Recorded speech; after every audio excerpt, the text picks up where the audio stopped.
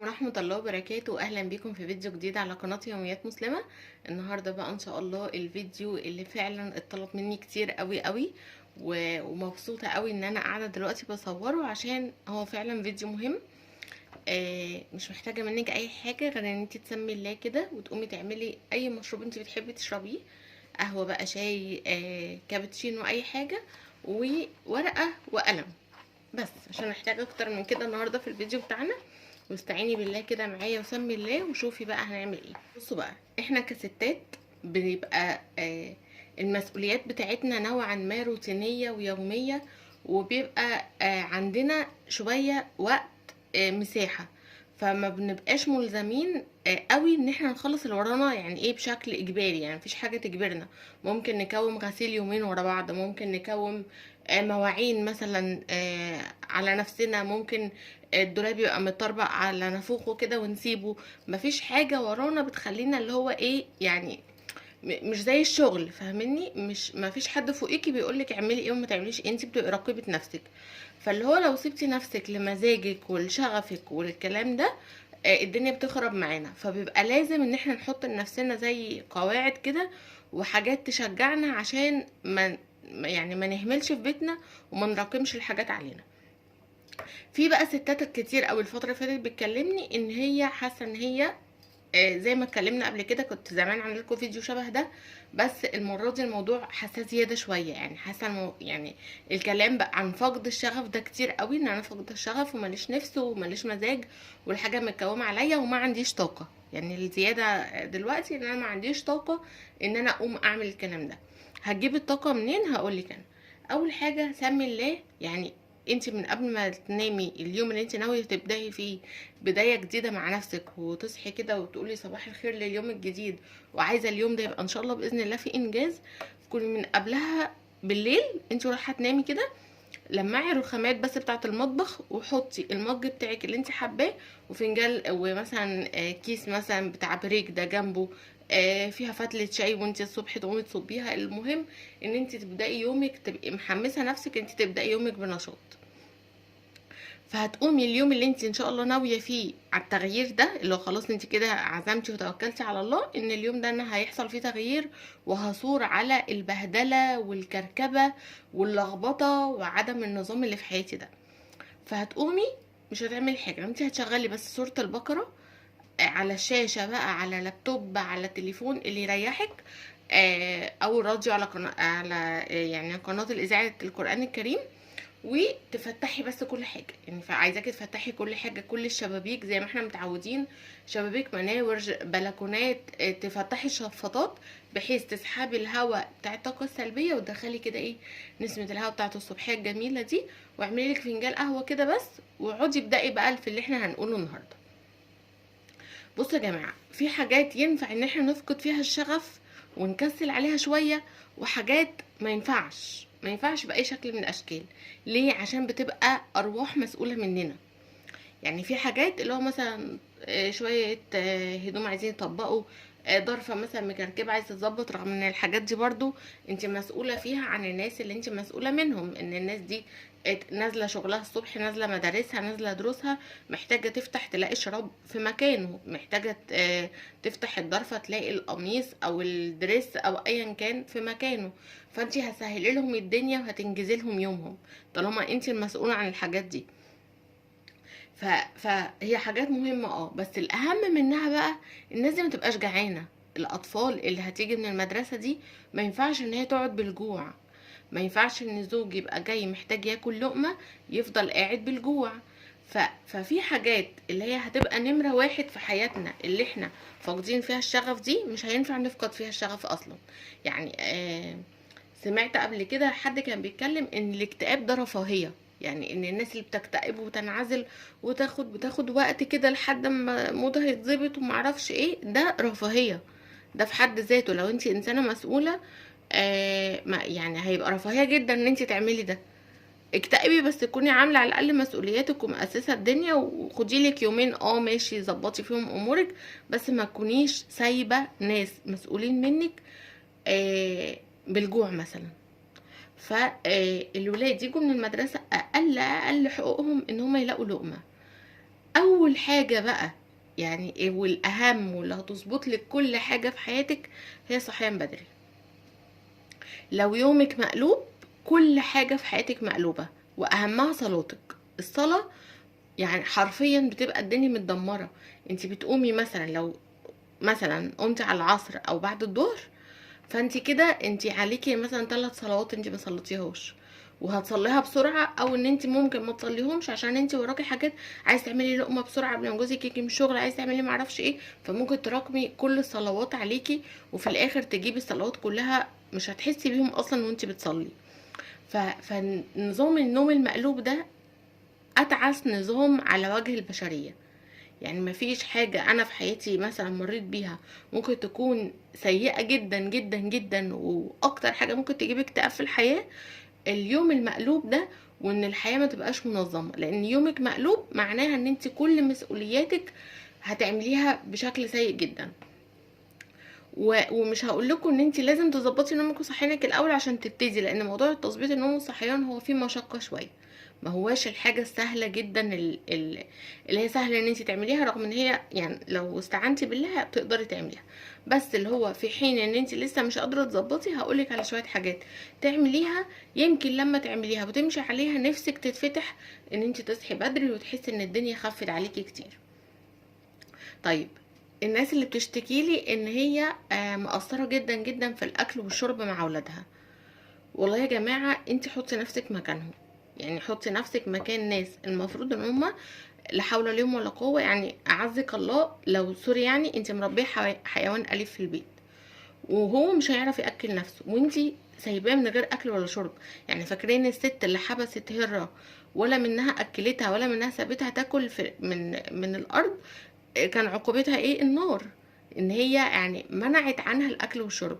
فانا هقولك يعني مش هقولك ان انت طبعا بتوصلي الناس للمرحله دي، بس هو لو فعلا في اطفال جايه من المدرسه جعانه ومش لاقيه لقمه تاكلها، يعني شوفي بقى، يعني شوفي انت ده هيبقى عليكي ايه يعني، او وزرك هيبقى ازاي. فحرام حطي نفسك مكانه ان انت قاعده بالجوع ومش عارفه تاكلي نفسك، ومحدش المسؤول ياكلك ما اكلكيش، فتخيلي احساسك هيبقى عامل ازاي.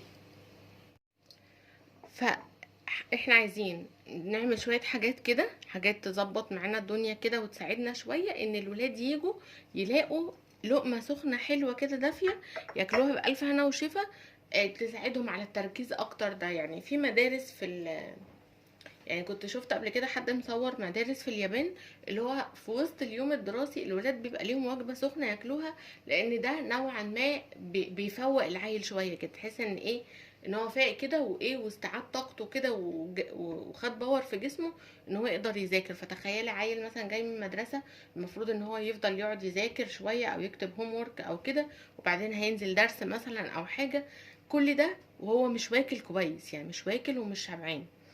ف فانتي هل ده يعني ده انت ترضيها؟ اكيد ما ترضيهاش طبعا.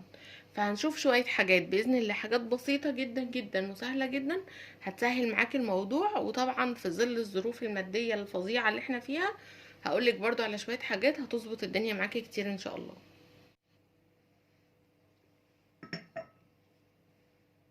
اول حاجه كده يعني اكتبي بس في الورقه من فوق، اللي هو نظمي حياتك بالورقه والقلم، بحيث ان انت تبقي عارفه كل ما تفقدي الشغف كده وكل ما تبقي متلخبطه ومش عارفه تبداي منين، تفتحي وتبصي في الورقه ان شاء الله الدنيا تظبط معاكي. اول حاجه ان التفريزات دي هتريحك كتير قوي قوي لو انت من النوع اللي بيبقى صعب عليكي. يعني في ناس بيبقى سهل عليها جدا ان هي تخش وتنزل السوق يوميا وتعمل اكل يوميا، خلاص يبقى تمام. لو انت من النوع اللي انت ما بيجيش عليكي يوم تعبانه، او ما بيجيش عليكي يوم مكسله، او ما بيجيش يوم عليكي في مشكله في نقطه الاكل، خلاص براحتك. لكن انا بتكلم لو انت من النوع الناس اللي هي فعلا ممكن في يوم من الايام تحسي انت كسلتي، ولو ما عندكيش اكل بتقعدي كده لحد مثلا بعد العصر عشان تفكري انت ناويه تعملي ايه، ومبتبقيش عارفه تاخدي خطوه تعملي اكل ايه، فلا التفريزات هتكون اساسيه معاكي، هيكون حاجه دي حاجات اساسيه مش رفاهيات. اهمها الطماطم، وهي رخيصه وهي غاليه، هو كده كده التفريز بيبقى فيه بركه. يعني لو شفتوا الفيديو اللي فات قلت لكم ان انا ممكن مثلا خلال الاسبوع اشتري 4 كيلو طماطم متقطعين، يعني كل كيلو لوحده. ما بيبقاش فيه بركه خالص، في منها اللي بيدبل، في منها اللي بقطعه جنب الاكل، في منها اللي معرفش ايه، ما بيبقاش فيه بركه. غير لما جبت 4 كيلو طماطم مع بعض، يعني مره واحده كان الكيلو ب25، فقلت اجيب 4 كيلو 100 جنيه، لان انا عماله اكسل على التفريز واقول لا دي عشان غاليه ما ينفعش افرز وهي غاليه. لا، طب ما هو ما اللي خلاني ان انا جبت 4 كيلو خلال اسبوع، طب ما انا اجيب ال4 كيلو دول وافرزهم مره واحده، مش هيكفوني اسبوع، ده هيكفوني شهر.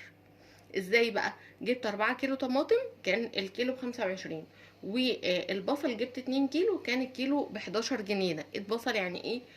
رخيص شويه. وضربت البصل كله في الكبه وشوحته كده ني في ني كده في معلقه سمنه على النار مجرد ما دبل، وضربت ال4 كيلو طماطم، ارجعوا للفيديو اللي فات وانتوا هتشوفوه، وضفتها على البصل، فبقت عملت تسبيكه مركزه جدا جدا جدا، وقسمتها في اكياس كتير قوي.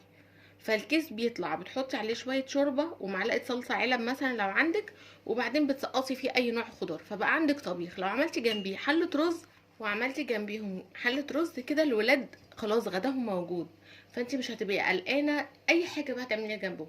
هتشوحي مثلا حتتين بانيه في معلقه سمنه مثلا، هتسلقي فرخه، هتعملي كده قرداحي وتقطعي جنبيه مثلا، تعملي جنبيه طبق سلطه، هتعملي جنبيه شويه ملوخيه ان شاء الله، حتى لو على مرقه دجاج. يعني الايام اللي فاتت دي الناس اللي ما كانش عندها طماطم وصعب عليها ان هي تجيب طماطم، الملوخيه كانت رخيصه في السوق، فهاتي وفرزي. لو شفتي الفيديو اللي هو بتاع تفريزات رمضان، هحط لكم الحاجات دي كلها، يعني في فيديو كامل عن التفريزات، هعمل قائمه تشغيل عن التفريزات واحطها لكم تحت لينك الفيديو ده، يعني في اول تعليق تحت الفيديو ده. المهم ان هو ايه، الملوخيه مثلا يعني لو عملتيها ان شاء الله على مرقه دجاج، لقمه سخنه كده للولاد وجنبها شويه مخلل ورغيفين عيش ويقعدوا يتغدوا، اي حاجه، بس المهم ان بيتك تمليه بالخير. فمن افكار بقى الحاجات اللي ممكن تملي بيها البيت، الطماطم بكل اشكالها لما تبقى رخيصه صنفي منها زي ما انت عايزه. يعني هاتي مثلا، انا غالبا بجيب 15 كيلو طماطم وبحط في حله، يعني 3 حلل على النار، 5 كيلو في حله بضربهم طماطم ساده، و5 كيلو في حله متسبكه بالبصل اللي هي التسبيكه او التخديعه بتاعه الطبيخ العادي، و5 كيلو تانيين للمحشي برضو متسبكين بالبصل وعليهم كمان خضرة المحشي وتوابلهم، بيطلعوا يا دوبك بحط عليهم الرز وخلاص خلصت. فالحاجات دي بتستر الفريزر جدا وبيبقى بركة في البيت بشكل فظيع. في اي وقت لو انت جايه من مشوار مثلا مستعجله، لو جبتي كيلو بتنجان مقور، هتطلعي كيس تسبيكه وتحطيه على شويه رز وتعملي احلى حله محشي في دقايق. يعني مش هقولك في نص ساعه، ده في دقايق هتكوني يعني حشيتي الحاجه وسبتيها تستوي على النار قبل ما تعملي اي حاجه تانية. ماشي. فالمهم ان الطماطم دي مهمه جدا. التوم في السيزون بتاعه تملي الفصل اللي بيبقى التوم رخيص فيه بيبقى في شهر 3. ففي شهر 3 هاتي مثلا 10 كيلو طماطم وفروميهم، او هاتيهم مفرومين، بيبقى اولا رخيص، ثانيا بيبقى معاكي في الفريزر طول السنه. تعملي منه بقى بتنجان مخلل، تعملي منه فته، تعملي منه صلصه مكرونه، تعملي منه تتبلي بيه سمك، كل انواع الاسماك. فالثوم في الفريزر برضو بينجزك جامد جدا جدا، وسهل قوي، يعني ما بتهلكيش يومك وتضيعي يومك كله في ان انت هتنزلي هتشتري طماطم وهتجيبي توم، وهتطلعي تغسلي الطماطم وتطلعي الخلاط تضربي الطماطم وتفصصي التوم تبتدي تعمليه في الهون، وبعدين تجيبي الملوخيه تقعدي تقطفيها وبعدين تقعدي تخرطيها، وبعدين تعملي البصل وبعدين تقمعي الباميه. الحاجات دي هو في يوم ممكن تعملي الطماطم دي كلها وكفيكي بتاع 6 شهور ولا حاجه. التوم لا اما هتقعدي يوم تعمليه، لا اما هتجيبيه مفروم جاهز. بيبقى في اماكن في الجيزه واعتقد في كل حته بيبقى وقت السيزون بتاع التوم ده بيبقى في ناس واقفه بمفرمه كده بتبيع لك الكيلو مفروم جاهز، فبتوفر عليكي كتير قوي، فهتشيليه يكفيكي السنه كلها. البصل انا بصراحه ما بقتش افرز بصل قوي، عشان انا بشيله متفرز داخل التسبيكه وداخل اللحمه المعصجه، فانا مش بحتاج يعني البصل عموما المستوي المتفرز مش بحب ان انا اطلعه اتبل بيه مثلا بانيه او اتبل بيه فرخه، لا هو بيطلع يتشوح على النار على طول. فانا كده كده الحاجه اللي بحتاج لها بصل يتشوح فيه على النار هي التسبيكه واللحمه المعصجه، فكده كده انا بشيلهم جاهزين البصل داخل فيهم اوريدي. لكن ممكن لو فعلا البصل هيغلى الايام الجايه تشيلي مثلا كل كيلو في كيس، يعني تجيبي بصل وتفرزيه كل كيلو في كيس تطلعيه على الحاجات دي على طول. من الحاجات برضو اللي بتسهل عليكي جدا وتخليكي تعملي اكلات حلوه قوي لولادك في وقت قليل، اللحمه المعصجه. يعني برضو الفيديو اللي فات هتلاقوني، يعني انا حبيت الفيديو ده ينزل بعد الفيديو اللي فات عشان يكون او اللي قبله ممكن، هحط لكم اللينك بتاعه عموما. هتلاقوني ان انا عملت كيلو لحمه مفرومه، حطيت عليه 2 كيلو بصل، فعمل لي كميه لحمه معصجه محترمه، اكياس كتير جدا. برضو كل كيس يعمل لك مثلا صينيه مكرونه بشاميل وسط، صينيه كوسه بشاميل صغننه، صينيه جلاش، فاهماني؟ فلما تعملي مثلا لحمه معصجه بكميه فبيبقى سهل ان انت يوم مثلا هتعملي، يعني اسهل مما تتخيلي. فراخ مثلا تسلقيها وتعمليها مثلا بالفيجيتار، وجنبيها مثلا صينيه جلاش وشويه رز اصفر. فبصي، اكل شكل اكل المطاعم واكل عزومات، وانت ما خدتيش دقايق، انت يا دوبك عملتي الرز وسلقتي الفراخ، وصينيه الجلاش في ثواني رصيتيها. فالحاجات دي والله العظيم هتسهل عليكي الدنيا جدا جدا جدا، ومش هتتعبك خالص. يعني انت واقفه اضربي البصل بس كده، هاتي الكبه وقفي اضربي البصل كله وعصجي واعملي وسبكي وانت واقفه، واقعدي بقى حطيهم مثلا على ترابيزه ولا حاجه، وحطيهم في الارض، واقعدي شغلي اي حاجه قدامك، واقعدي كيسي كيسي يوم لي ما شاء الله درج ولا درجين في الديب فريزر، هيسهل عليكي الدنيا قوي. من الحاجات برضو اللي عشان الغلاء وكده الواحد بيبقى متضايق، انزلي السوبر ماركت. لو انت مثلا الخضار غالي عليكي ومش قادره مثلا تقفي وتفرزي وتعملي، انزلي السوبر ماركت. عروض كازيون وبيم مثلا وجمله ماركت والفرجاني، دول من اشهر الماركتات اللي هي سعرها رخيص او بتعمل عروض حلوه فعلا. فالنوعيه دي من الماركتات، يعني زمان كنا بنروح بقى سعودي ومترو وسبنس والحاجات اللي هي اللي فيها الفايبس حلوه كده، وتحسي انت داخله تعملي شوبينج بقى وكده، فالكلام ده ما بقاش ينفع. فخلاص بقينا نتجه للماركتات اللي هي نوعا ما اسعارها فعلا كويسه. فهاتي ماركه كان يعني ماركه مثلا كان لسه شايفه شهرزاد في الخضار المجمد، كانت مش عارفه البسله ب 13 والملوخيه ب 10، ولذه برضو شفتها حاجه زي كده كنت جايباها من الفرجاني برضو. فانزلي مثلا اعملي كل شهر 150 جنيه للخضار، انزلي اشتري بيهم خضار، املي برضو دي فريزر لو انت مش بتفرزي خضار فريش يعني. فانت لو الموضوع صعب عليكي انزلي هاتي الخضار ده، وكده كده معاكي التسبيكه بتاعت الطماطم جاهزه، فهتفضي كيس مثلا بسله على كيس تسبيكه، بقى عندك حله الطبيخ بتاعتك جاهزه تكفيكي يومين. فانزلي بقى نوعي، هاتي بسله بالجزر، هاتي خضار مشكل، هاتي ملوخيه، هاتي باميه. حتى لو جبتي الباميه اللي هي الكبيره دي، لو مثلا الباميه الزيرو مثلا غاليه عليكي وهتبوظ لك الميزانيه، ممكن تجيبي الباميه الكبيره وتقسميها على نصين وتحطيها عادي في الحله وتعملي حله باميه باللحمه زي الفل، ما فيهاش اي حاجه. سبانخ، كل الحاجات في منها، ورق عنب، كل الحاجات في منها خضار مشكل. وزي ما بقولك في ماركات كتير قوي اسعارها حلوه، عشان في ناس بتربط الغلاء ان الغلاء مقيدنا ومش عارفين نعمل ايه. احنا ممكن نسلك نفسنا، نشوف الحاجات اللي ينفع نسلك نفسنا بيها نسلك نفسنا بيها. فكل انواع الخضار دي نقي زي ما بقولك، ماركت مونتانا، شهرزاد، لذة، الحاجات اللي هي بينزل عليها عروض كويسه دي، وهاتيها. وبعدين الملوخيه مثلا لو هي موجوده في السوق كويسه دلوقتي، وعندك وقت مثلا وولادك مثلا قاعدين ياخدوا بريك شويه قدام التلفزيون، افرشي كده حاجه في الارض وقعدوا بقى قطفوا، هاتيلك مثلا شويه الملوخيه حلو كده وقطفي وفرزيه بالطريقه اللي انا وريتها لكم الفيديو بتاع تفريزات رمضان اللي انا كنت عاملاه بدري ده. وما شاء الله اللهم بارك، انا جبت بعديها على فكره شوال فعلا، وما شاء الله ملالي الفريزر ملوخيه، وقربت تخلص برضه. بس ما شاء الله فعلا بتبقى بركه في البيت وبتبقى جميله. من الحاجات برضو اللي هي هتسهل عليك الدنيا، البقوليات يا جماعه. البقوليات بجد كنز كنز كنز كنز في التوفير وفي الانجاز. هي البقوليات نفسها غاليه مش رخيصه، يعني اللوبيا والفاصوليا والحاجات دي غاليه، بس هي حلاوتها في ان هي اول حاجه سريعه ومنجزه جدا جدا. لما تيجي يعني لو فرستيها بتطلعيها على التسبيكه، ما بتاخدش وقت تغلي في الشوربه كتير عقبال ما تستوي زي مثلا البسله والباميه والكلام ده. لا، هي كده كده متشاله مسلوقه جاهزه. فهاتي اللوبيا مثلا يوم كده اعملي البقوليات بس، انزلي هاتي كده من العطار مثلا كيلو لوبيا، كيلو فاصوليا، نص حمص، وهكذا. انقعيهم تطلعي منهم الغازات شويه، وبعدين اشطفيهم شطفه حلوه، وحطي كده 3 حلل على النار. اتعودي ان انت تشتغلي بالمره، انت واقفه في المطبخ قبل ما تعملي شويه مواعين يكون كذا حله اتسلقت عندك. اشطفيهم شطفه من ميه السلق، واقعدي وصفيهم، واقعدي كيسيهم برده في اكياس. يعني عايزه اقول لك ان ممكن كيلو اللوبيا لو انتوا اسره مثلا 3 افراد او اسره 4 افراد، ممكن كيلو لوبيا ده يكفيكي 5 6 مرات مثلا، لان ما شاء الله بترمي كتير قوي بعد السلق. يعني بيبقى حبه قد كده في الحله وانت بتسلقيهم، وفجاه تلاقيهم فنشت لحد كده. ف وكمان زي ما بقولك ان انت لو مرأة عامله او انت بالنسبه لك بتكسلي تعملي الاكل، فلا، انت عندك كيس التسبيكه جاهز، هتفكيه على كيس لوبيا على شويه شوربه، خلاص كده خلص الطبيخ معاكي جاهز. اعملي جنبي بقى شويه مكرونه محمره شويه رز، فكده الدنيا هتسهل معاكي كتير. الحمص برضو من الحاجات اللي بحب اسلقها واشيلها، لان كمان بتطلعيها حتى لو هتعملي لها شويه حمص الشام، تعملي بس الميه بتاعت حمص الشام وتحطيها فيها، فيبقى سناك حلو للولاد كده مثلا هم قاعدين بيذاكروا بالليل. فالحاجات دي خير في البيت، والله خير وبركه. بيبقى يعني بقى عندك كده تفتحي كده الفريزر وتتأملي وتتفرجي وتطلعي وتبتكري وتخترعي وتغذي الولاد. الحاجات دي بيبقى فيها البقوليات دي بالذات بيبقى فيها الزنك عالي، بتبقى حلوة جدا في الأوقات اللي احنا داخلين عليها بتاعت البرد والكلام ده.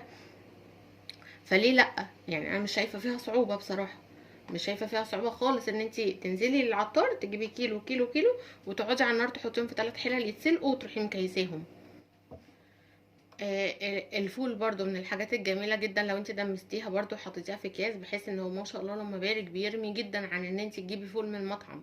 لو المشكله في مشكله ميزانيه، فاللي هو مثلا دي تبقى تصبيره حلوه للولاد. لو مثلا كيس فول تكسري عليه بيضتين ويقعدوا يتغدوا عقبال وقت الغدا مثلا ما تعمليه، وهكذا. ومن الحاجات برضو اللي هي في التفريزات في المطلق بقى، ان الحاجات عموما اللي هي لما تشتري حاجتك بالشهر، بحس ان هو بيكون افضل بكتير واوفر بكتير. يعني لو عندك الاوبشن ده يا ريت اول ما تاخدي مصروفك عشان الفلوس بتطير، فاشتري لك مثلا فرختين وقسميهم، كم مثلا بانيه، كبد وقوانص، اللحمه بتاعت الشهر بتاعتك، والكبده والسجق، كل الحاجات اللي ينفع تشتريها اشتريها. بالنسبه بقى للحاجات اللي هي ان انت بتبقي عايزه تصنفي والحاجات بقت اسعارها اوفر قوي، ممكن تلجئي للمجمدات من ماركت نظيف في حاجات معينه. يعني في ناس تقولك انا ما اقدرش، يعني مثلا لو شافت حد بيشتري حاجه من المجمدات يعني تبتدي ان هي تتهكم عليه، او ان هو ان لا ده ممكن ناكل حته جبنه ارحم ما اشتري من حاجات زي كده. يا جماعه سيبوا كل واحد براحته. يعني سبحان الله، انت ممكن اصلا تجيبي بيتزا من مثلا فطاطر المدينه مثلا، ويكون عليه سجق انت ما تعرفيش مصدره. انت على الاقل لما تشتري مثلا سجق من ماركت كويس، حتى لو هو نوع بقى برازيلي سوداني، الحاجات المجمده دي ما فيهاش اي مشكله. يعني براحتك، اللي هو ما تخليش ان يعني لو انت بتستسيغي الاكل ده وبتحبيه وولادك بيحبوه، ما فيهاش مشكله مره كده تزقي الدنيا بيها مع الحاجات التانية. لان فعلا في ناس ما ينفعش نحط لهم العقده في المنشار. يعني لازم نحس ببعض شويه. ما ينفعش ان انت مثلا عشان ظروفك تسمح ان انت ما تلجئيش للحاجات دي، او انت مثلا فيجيتيريان نباتيه، فبالنسبه لك الحاجات دي مش مهمه بالنسبه لك، فعلا انت ممكن تاكلي شويه عسل بلقمه او حته جبنه بلقمه ارحم لك من ان انت تاكلي الحاجات دي. انت حره، ما حدش هيجبرك، لكن ما تنكديش على حد هو ظروفه ما تسمحش غير بده. هو مثلا بيهبط بيتعب، فهو محتاج اللحوم، محتاج ان هو نسبه بروتين كويسه، ونسبة البروتين اعلى حاجة طبعا موجودة في اللحوم، فمحتاج ان نسبة بروتين تخش له جسمه. والولاد نفسهم محتاجين برضو بروتين يخش لهم جسمهم. فايه المشكلة لو استنضفت مكان كويس بيبيع لحوم مجمدة، وهي طالما بتحب طعمها وبتعرف تطبخها بشكل كويس، ايه المشكلة؟ فما نكلكعش بس على الدنيا على بعضنا، عشان كل واحد يعني ربنا اللي علمان بيه. فالحاجات دي لما بتبقى نوعا ما موجوده زي ما بقولك، حتى لو مجمدات، هاتي وظبطي وتبلي وحطي عندك في الفريزر، طلعي على التسويه على طول. فكل ده من صحتك ومن وقتك ومن يومك، وهيديكي طاقه اصل بص المشكله في ايه؟ ان لما الواحد بيحس ان هو عليه ضغوطات كتيره قوي واعباء كتيره اكتر من وقته واكتر من صحته، بيهبط خالص وبيفقد السيطره. يعني في ناس ممكن تيجي تنصح واحده تشيلها الهم اكتر يعني ما تديها باور او طاقه. يعني ممكن واحده مثلا تكون صحتها على قدها ووقتها ضيق، فتيجي واحده مثلا تقول لها ايه، لا ده انت المفروض تقومي وتنزلي وتجيبي الكرنبايه وتقطعيها وتعمليها وتقفي وتسبكي وتعملي ده، انا في ثواني لفيت حله المحشي ومعرفش في ثواني مسحت الشقه. ما الكلام ده ممكن تاثيره على اللي قصادك يحبطه اكتر من ان هو يشجعه. لكن احنا ندي حلول، يعني انت واحده صحتك مثلا على قدها، فنقسم الدنيا، يوم تجيبي شويه طماطم وتعمليهم وتريحي، يوم تاني تجيبي شويه بقوليات تسلقيها وتريحي، يوم تاني مش لازم ان انا اقولك لا لا لا الخضار الخضار قصدي المفرز ده معرفش فيه ايه وفيه سموم قاتل وما ينفعش، وهاتي اللي في السوق اثر معاك. طب هي صحتها مش قادره تجيب اللي في السوق، وقتها ما يسمحش ان هي تجيب وتقعد وتفصص وتعمل. فنسهل الدنيا على بعضينا ولا نعقد ونكلكع الدنيا، بحيث ان الواحد يرسى لله فعل خالص، اللي هو بدل ما يكون عنده شويه طاقه يقدر يسلك نفسه بحاجات معينه، لا نوصله لمرحله ان خلاص يقعد كده يقول انا خلاص مش قادر اعمل حاجه، مش قادره اكل عيالي ومش قادره اعمل بيتي. فلا يعني ندي طالما في حلول الحمد لله ندي حلول. فتمام، فما تستصعبيش حاجه، قسمي الدنيا على نفسك كده وكله هيعدي. تمام. من اكتر الحاجات اللي ممكن تجيب اكتئاب للواحده وتخليها كده مهبطه ونايمه في السرير، لو هي نايمه وبص حواليها لاقيه سوري يعني ان هي قاعده في زريبه، كوام غسيل هنا، تراب هنا، بقع على الحوائط هنا، الدنيا معكوكه، فده بيخليها ان هي تحس ان هي وراها هم ما يتلم، فولا بتقدر تقوم تعمل اكل ولا شرب ولا تعمل اي حاجه. مبدئيا سيبي الشقه تضرب تقلب وقومي اعملي اكلك، اهم حاجه ظبطي مطبخك واعملي الاكل. لو ما عملتيش حاجه في يومك غير الاكل عشان الولاد مش مشكله، وبعدين الحاجات دي ليها حل ان شاء الله. لو عندك القدره والطاقه ان انت تستغني عن مثلا مبلغ معين من المال في مقابل ان انت تجيبي واحده تشيلي الشقه وتنكتها، هاتي واحده بس استنضفي وركزي وشوفي انت بتنقي مين هيجي يعملك، واحده تيجي تظبط لك الدنيا وعلى اساسه انت بعد كده هتحافظي. فهتعملي جدول اللي انا عاملاه قدامكم ده، اللي هو ايه؟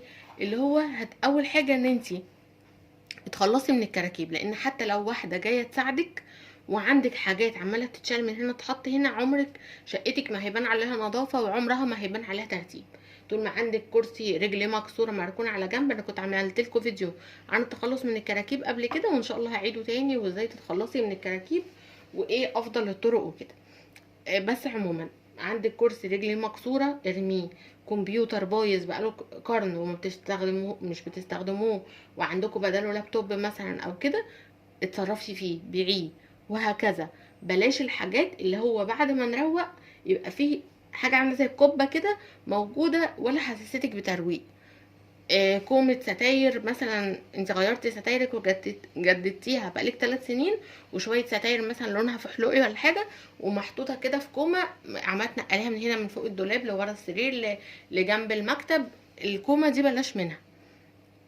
فبصي حواليكي كده الحاجة اللي ملهاش لازمة ومش بتستخدموها وعاملة زي الكوبة كده حرفيا في المكان، لا ده تخلصي منه، عشان حتى لو حد جه يساعدك يعرف يساعدك والشقة في الاخر يبان عليها النظافة. اتخلصي من اي حاجه ملهاش لازمه، ده اولا. ثانيا لو زي ما بقولك لو قدرتي ان انت تجيبي حد ينجز معاكي بس يديكي الطلعه الاولانيه، لو الدنيا عندك وضعها صعب يديكي الطلعه الاولانيه اللي هي مثلا يوم للمطبخ تيجي تشيل المطبخ وتنكته وتخلولك زي الفل، ويوم تاني مثلا تجيلك للشقه، ومن بعدها بقى هنعمل الجدول ده. الجدول اللي هو ايه؟ او انتي اطلعي الطلعه دي مره واحده وخلصي الشقه، ومن بعدها اساسي الجدول ده عشان الدنيا تبقى معاكي نظيفه. ده مش جدول، امال ده ايه؟ ده بنود المفروض ان احنا نعمل عليها متابعة كل شهر، نشوف كل شهر الحاجة دي عاملة ايه.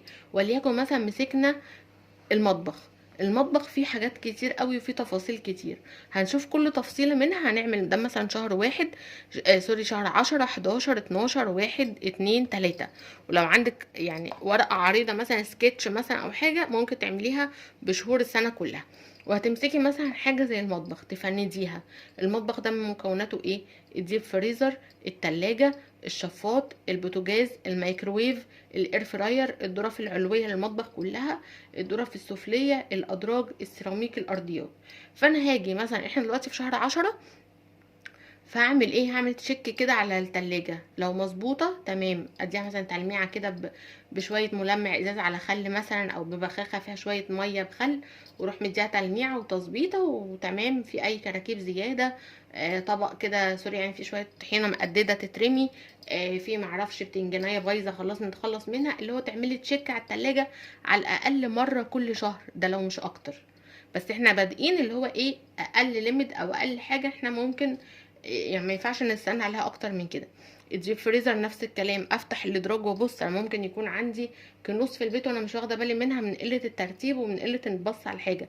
اطلع كده كل حاجه درج وادي برده رشه وبقماشه مبلوله والمع، برجع المحتويات من قبل ما تفك ولا اي حاجه. مش لازم الغسله الكبيره، يعني ممكن كل سيزون نغسل او كل موسم نغسل ونطلع وكده. الشفاط المطبخ ابص عليه بصه ايه نظامه ايه، ده عندي غساله اطباق ممكن افكه واروح مدخلاه في الغساله هيطلع لك زي الفل وما بيأثرش على الغساله. انا بعمل كده من سنين وبفضل الله سبحانه وتعالى مفيش اي حاجه. البوتاجاز برضو اعمل تشيك كده على كل حاجه، الحوامل والعيون والفرن والكلام ده، اللي هو في كل يعني كل شهر اعمل صح صح صح على كل حاجه. طول الشهر بقى انا عينيا على الحاجات دي، اشوف شهر قبل ما شهر 10 يخلص اكون قبل ما انا شهر 11 تكون الحاجات دي كلها اكون عملت صح، ان انا لا اما هي الحاجه نظيفه مش محتاجه ان انا اعمل فيها حاجه تاني، لا اما اكون لا محتاجه ان هي تتظبط واظبطها عشان اعمل علامه الصح. ارتاح نفسيا لما الاقي كل الحاجات دي معموله عليها علامه الصح، ارتاح. ونفس اللي احنا عملناه في المطبخ هيتعمل على كل حاجه في الشقه. اوضه النوم مثلا هتكتبي مثلا الدولاب، تحت السرير، الادراج الكومودينو، ادراج التسريحه، سجاده اوضه النوم، ستاير اوضه النوم. هبص على الحاجات دي تمام تمام. مش لازم ان انا بقولك بصي عليها يعني لازم تعمليها، لا. لو انت مثلا لسه غاسله الستاير والستاير زي الفل فما فيش حاجه، انت بس هتعملي صح ان انت بصيتي على الستاير واتاكدتي ان هي معلهاش تراب. ليه؟ عشان الحاجات ما تتكومش عليكي في وقت تلاقي نفسك ان الستاير زي الطينه، السجاد زي الطينه، الحوائط زي الطينه، المطبخ زي الطينه. ففعلا فعلا هيجيلك احساس بالعجز وهتفقدي الشغف ومش هيبقى عندك طاقه، وكل الكلام السلبي ده للاسف هتلاقيه حصلا. ف فانا كتبت لكم كده كنموذج للمطبخ، وانت بقى اعملي خشي كل اوضه بصي عليها، اكتبي مثلا ارضيات، ستاير، حوائط، نجف.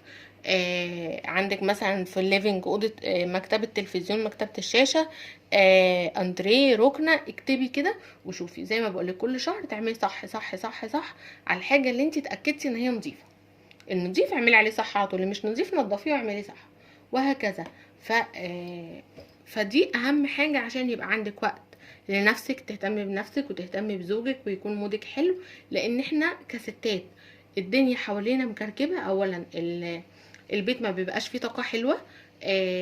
انت محتاجه ان انت تصحي وتفتحي وتشغلي سوره البقره، الملائكه تبقى موجوده. الملائكه بتتاذى مما يتاذى منه البشر. يعني احنا لما بنبقى تعبانين بنبقى متضايقين جدا ان احنا يعني حاسين الملائكه مش موجوده، لان البيت مهرجل ومش متنظف. فبيبقى نفسنا ربنا يدينا الصحه ونخف عشان ما يعني ايه الملايكه ترجع تاني والبيت يبقى نظيف. ثقه نفسيه ايجابيه حاجه، فخدي الموضوع بريجه هيسهل عليك ان شاء الله باذن الله. زي ما بقولك ان انت تبتدي اليوم كده بان انت تشغلي سوره البقره وتفتحي وتدخلي الهواء الجديد، ولو عندك عود بخور كده شغليه واستعيني بالله وابدأي. والكل. ويكون الفيديو عجبكم، اشوفكم في فيديو ان شاء الله، والسلام عليكم ورحمه الله.